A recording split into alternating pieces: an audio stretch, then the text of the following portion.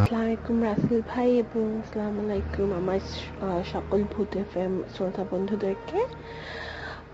আমি ডোনা বলছিলাম লন্ডন থেকে। আমি আমার গার্ডেনে চলে যাচ্ছি সরাসরি।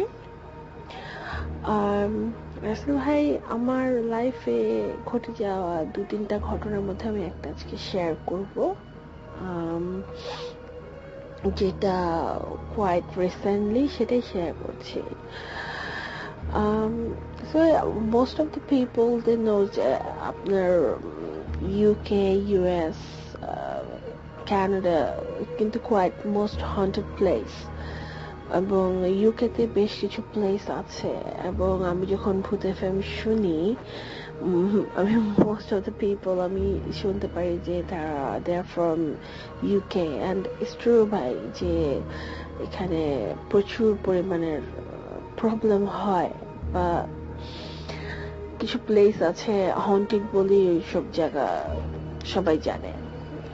তো এখানে একটা প্লেস আছে ভাই, হচ্ছে চিজলহার্স্ট কেভ। এটা একটা কেভ, গুহা, যেটা ভেতরে আপনার অনেক আগে থেকেই অনেক কিছু হয়েছে।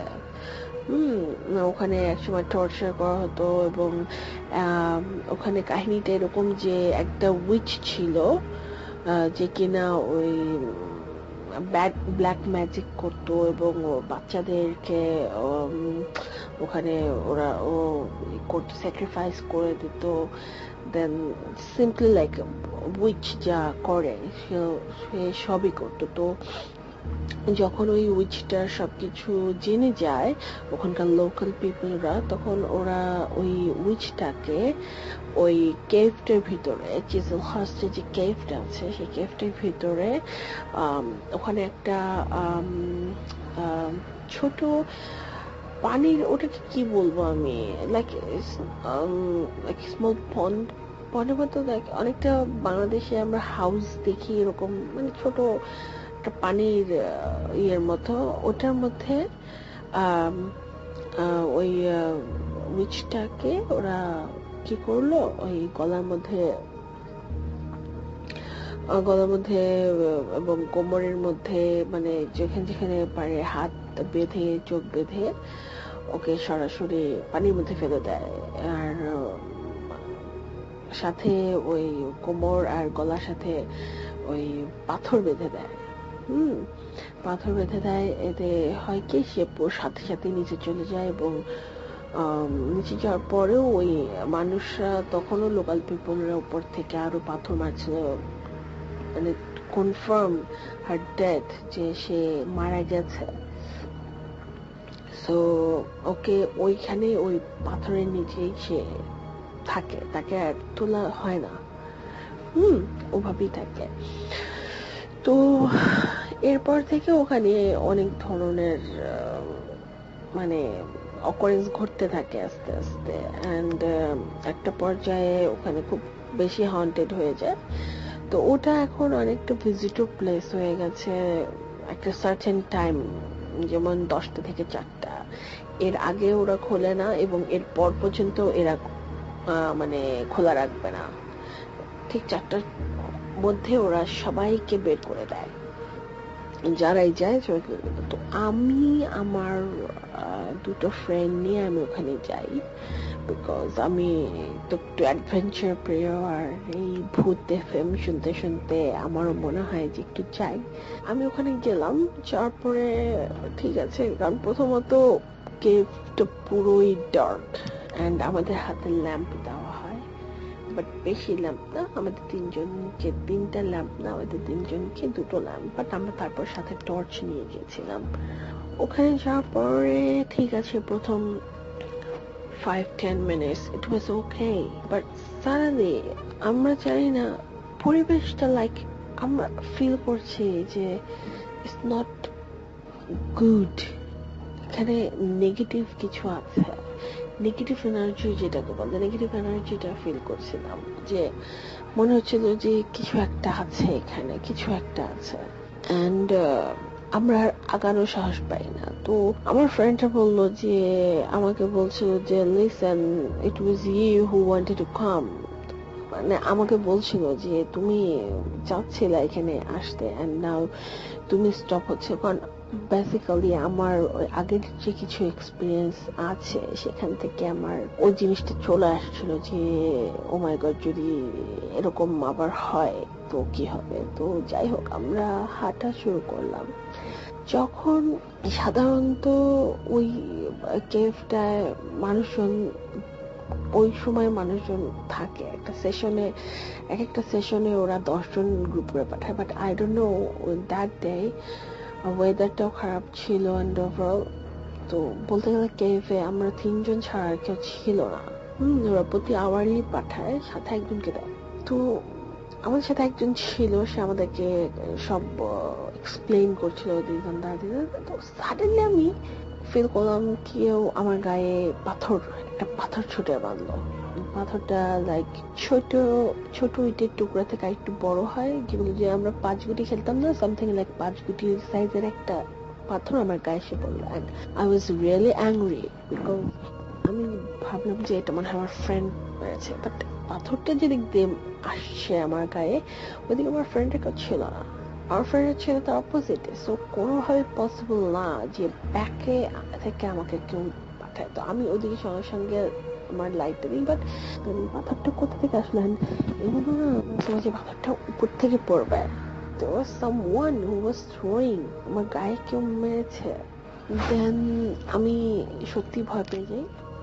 তো আমি তখন বলি যে কে মারলো, তখন আমাকে ওই আমাদের যে আমাদেরকে এক্সপ্লেন করছিল রিপ্রেজেন্টেটিভ, উনি আমাদেরকে বলছিল যে ইটস নাথিং ম্যাম, বিকজ এখানে তো পাথর সবসময় পড়েই উপর থেকে, বিকজ তো মেড বাই স্টোন, সো এটা পাথর পড়বে, এটা নেচার। বাট আমি এক্সপ্লেন করতে পারছিলাম না যে লুক এটা আমার গায়ে কেউ থ্রো করেছে, somebody throws it, এটা উপর থেকে পড়েনি, I'm not stupid but and I'm not crazy, but তারপরেও আমি কিছু, he was beside me, so definitely সেও দেয়নি, so কে দিল?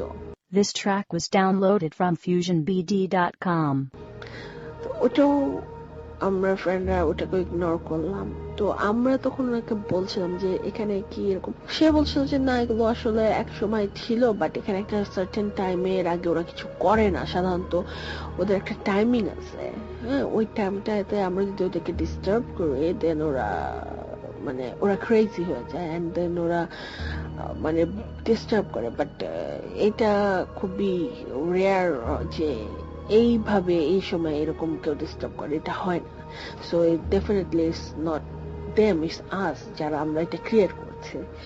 সো যখন বললো, সো আমি আর কিছু বললাম না, ভাবলাম যে রাইট, তো আমাদের এইটা ব্যাপার নিয়ে আর বেশি কথা না বলাই বেটার। তো যাই হোক আমরা যখন ওই প্লেসটাতে আসলাম যেখানে ওই উইচটাকে ফেলে দেওয়া হয়েছিল এবং কে লাইক জ্যান্ত, যাকে বলে যে জ্যান্ত ভাবে ওকে অনেকটা কষ্ট দিয়ে মারা হয়েছে। তো ওখানে যাওয়ার পরে তো আরো গা ছমছম করে উঠছে। তো যাই হোক তারপর দেখছিলাম, তো হঠাৎ করে মনে হলো কে যেন ওটার মধ্যে আবারও পাথর ফেলাছে। Now that was really shocking যে কে, this is too much now. Then আমরা just simply আমরা এগেছি। আমাদের সাথে যে ভলান্টিয়ার ছিল সে হঠাৎ করে বলতেছে ও মা, ও জেসাস, ও জেসাস, জেসাস। তো জেসাস was wrong, কি হয়েছে? he was saying that I think we should move on, আমাদের তাড়াতাড়ি মুভ হওয়া দরকার, because I think it's not a good day. Then আমরা quite ভয় পেয়ে যাই, আমরা বলি কি হয়েছে? বলছে no, we should move, they're not liking it, and ওরা আজকে they're not liking it যে আমরা আজকে এখানে, there is something really going to be bad আমরা যদি এখন মুভ না করি। আমরা যে সিম্পলি আমরা আমাদের ওয়েতে যাচ্ছিলাম, তো ততক্ষণ কিন্তু আধা ঘন্টা পার হয়ে গেছে। রাসেল ভাই, the most interesting part যে ভলান্টিয়ার, সে এভরিডে 10টা থেকে 4টা, দ্যাট মিন 6 hours, সে এভরিডে 6 times সে ওই কেভে মুভ করে, and he knows everything about the cave, right? But say way খুঁজে পাচ্ছে না। মোস্ট ইন্টারেস্টিং পার্ট, সে ওয়ে খুঁজে পাচ্ছে না। সে খুঁজছে সে বলতেছে হোয়াটস রং, এদিকে ওয়ে ছিল, ওই গেল, ওয়েটা কোনোভাবে শেষ হচ্ছে না। আমরা যে ওয়েটা আমরা যাচ্ছি মনে হচ্ছে কি ইট লুকস লাইক মনে হচ্ছে যে আমরা একটা পাইপের মধ্যে ঢুকে গেছি, এবং ওই পাইপটার কোনো ডান বাম কোনো যে কোনো ওয়ে নেই, জাস্ট একটা ওয়ে আছে, straight, go straight, like a tunnel, টানেলের মতো মনে হচ্ছিল যে আমরা টানেলের ভিতরে ঢুকে গেলাম। ওখানে কোনো কিছু নেই যে আমরা আশেপাশে কোথাও ঢুকবো। So it was really very much, আমরা এত বেশি scared হয়ে গেছিলাম, and suddenly আমরা like 4 5 6 7 people step করলে যেরকম সাউন্ড হবে যে তারা দৌড়ে আসছে, আমরা এরকম একটা সাউন্ড পেলাম যে তারা আমাদেরকে পিছু নিচ্ছে, and ওটা ছিল টু মাচ, and আমরা আর পিছনে তাকানোর সাহস পাইনি। আমরা জাস্ট সিম্পলি দৌড় দিয়ে আমরা যতটুকু পারছি আমরা দৌড়াচ্ছি, বাট টাইম আমাদের যাচ্ছে না, আমাদের কোনোভাবে আমরা আগাতে পারছি না। দেন আমাদের একটা ছিল, আমি আয়াতুল কুরসি, আমি যা যা দোয়া পারি সব পড়লাম, আমার ফ্রেন্ড ওরা যে যার ধর্ম নিয়ে যা বলা যা করার করলো। সিম্পলি আই ডোন্ট নো, এই পড়তে পড়তে কত হবে, হয়তো বা আরো 5-10 মিনিট আমরা আরো দৌড়াদৌড়ি করলাম, যেটা কিনা 1 মিনিটের পথ হওয়ার কথা ছিল ওনার জন্য। ওই ওয়েটা কিভাবে 5-10 মিনিটস হয়ে গেল সেটাই আমাদের মাথায়, এবং ওই ভলান্টিয়ারেরও একটা বিগ কোয়েশ্চেন মার্কস, যে সে সেখানে কাজ করছে last 3 years, but this is the first time it happened. আমি সাকিব, আমি আসছি মহাখালী থেকে। আমি একটা প্রাইভেট ইউনিভার্সিটিতে ফ্যাশন ডিজাইন লেখাপড়া করছি। ওকে, আমি এখন যে ঘটনাটা শেয়ার করবো এটা আমার গ্রামের বাড়িতে ঘটে যাওয়া একটা ঘটনা। এটা ছিল 2009 সালের একটা ঘটনা।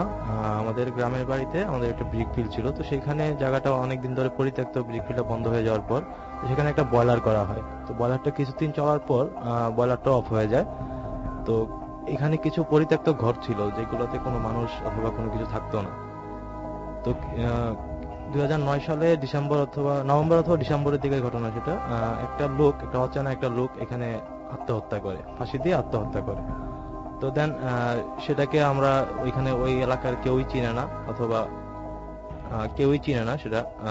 সো ওনাকে পুলিশ এসে পরে লাশটাকে বেয়ারিশ হিসাবে নিয়ে যায় এবং পরে ওনারা দাফন করে দেয়।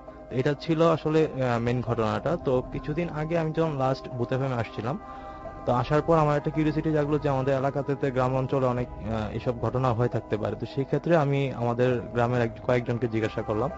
তো আমি কিউরিওসিটি বশত যে আমার গ্রামে কিছু পুকুর আছে, যে পুকুরগুলো যে পাহারা দেয়, আমি ওনাকে জিজ্ঞাসা করলাম যে ভাই আপনার জীবনে কি এরকম কোনো ঘটনা আছে যেটা এরকম প্যারানরমাল অথবা এরকম কোনো ঘটনা আছে কিনা। তো উনি আমাকে যেটা বললো যে হ্যাঁ আছে, আমি কিছুদিন আগে এরকম একটা ঘটনা দেখছি। আমি বললাম যে কিরকম। সে বললো যে আমি এখানে পুকুর পাহারা দিই, তো আমি অনেকদিন ধরেই দিচ্ছি, বাট এরকম আমার সাথে কোনো সময় হয় নাই। তো আমি যেটা দেখলাম, আমি এখানে শুয়েছিলাম, যে বয়লার যে মাঠটা ছিল মাঠে উনি শুয়েছিল।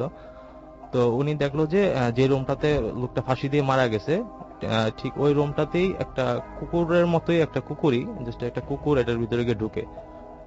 প্রথম দিন ঢুকে অনেকক্ষণ কান্নাকাটি করছে। উনি ভাবছে যে কুকুর যখন কান্নাকাটি করে বা উনি চিল্লায়, এটা মানুষের মতোই লাগে। তো উনি ভাবছে যে মনে হয় যে কুকুরই মনে এরকম করছে, কান্নাকাটি করছে, যে আমার একটা ভুল ধারণা সেটা। তো উনি উপরে 2-3 দিন এটা শুনতে থাকে আর কি জিনিসটা। একদিন উনি সাহস করে যায়, গিয়ে দেখে আসলে দেখেছে যে কুকুরটা ঢুকছে, আসলে সেটা কুকুর। উনি ঢোকার সময় দেখছে যে এটা কুকুর, বাট পরে দেখে যে উনি লোকটা যেভাবে ফাঁসি দেওয়া অবস্থায় ছিল ঠিক ওইভাবে ফাঁসি দেওয়া অবস্থায় লোকটা কান্না করতেছে। তো উনি এটা দেখে উনি একটা দৌড় দিয়ে চলে আসে, বাট উনি ভয় পায় নাই, কারণ উনি যেহেতু রাত্রেবেলা এসব করে, ঘোরাঘুরি করে, তো উনি একটু সাহসী মানুষই। তো উনি না ভয় পেয়ে পরের দিন আবার উনি যায়, কুকুর পাহারা দিতেই যায়। তো যাওয়ার পর পরের দিন কোনো ঘটনা হয়নি, ঠিক এর পরের দিন আবার এরকম ঘটনা শুরু হয়েছে। মানে একটা কুকুর আকৃতি ঢুকে এটার ভিতরে অনেকক্ষণ কান্নাকাটি করে দেন উনি চলে আসে। এরপর উনি আরেকদিন উনি সাহস করে গেল, গিয়ে সেটা দেখে যে আসলে যেটা দেখলো, সে যে আগের যে সেম জিনিসটা দেখছিল যে একটা মানুষ যেভাবে ফাঁসি দেওয়া অবস্থায় থাকে ঠিক ওইভাবে ফাঁসি দেওয়া আছে, বাট ওনার শুধু মাথাটা ফাঁসি দড়ির সাথে লাগানো আছে, বডিটা নিচে পড়ে আছে, আর চোখগুলো দিয়ে শুধু লাল লাল রক্ত বের হচ্ছে। তো উনি ঘটনাটা দেখে আসলে মানে ওই দিন খুবই ভয় পেয়েছিল। ভয় পেয়ে উনি দৌড় দিয়ে মানে ওনার বাড়ির দিকে চলে যায়। আসলে এখানে বাড়ি বলতে এটা একটা খুব একটা নির্জন প্লেস, তো সেইখানে বাড়ি বলতে একটু দূরে ওনার বাড়িটা। উনি দৌড় দিয়ে বাড়ি পর্যন্ত যেতে পারে নাই, বাট যে পুকুরটা ছিল পুকুরের কর্নার পর্যন্ত গেছে, তারপর উনি এখানে সেন্সলেস হয়ে গেছে। তো পরে সম্ভবত উনি যখন ওনার জ্ঞান ফিরছে তো উনি দেখছে যে উনি ওনার বাড়িতেই আছে। এরপর উনি এটাই বললো যে হ্যাঁ ওনার সাথে এরকম একটা ঘটনা ঘটে গেছে। তো এখন আর উনি আমাদের এখানে কাজ করে না। উনি এই ঘটনাটা দেখার পরেই উনি আমাদের এখান থেকে চাকরি ছেড়ে দিয়ে চলে গেছে। আসলে এই ছিল আমার ঘটনা।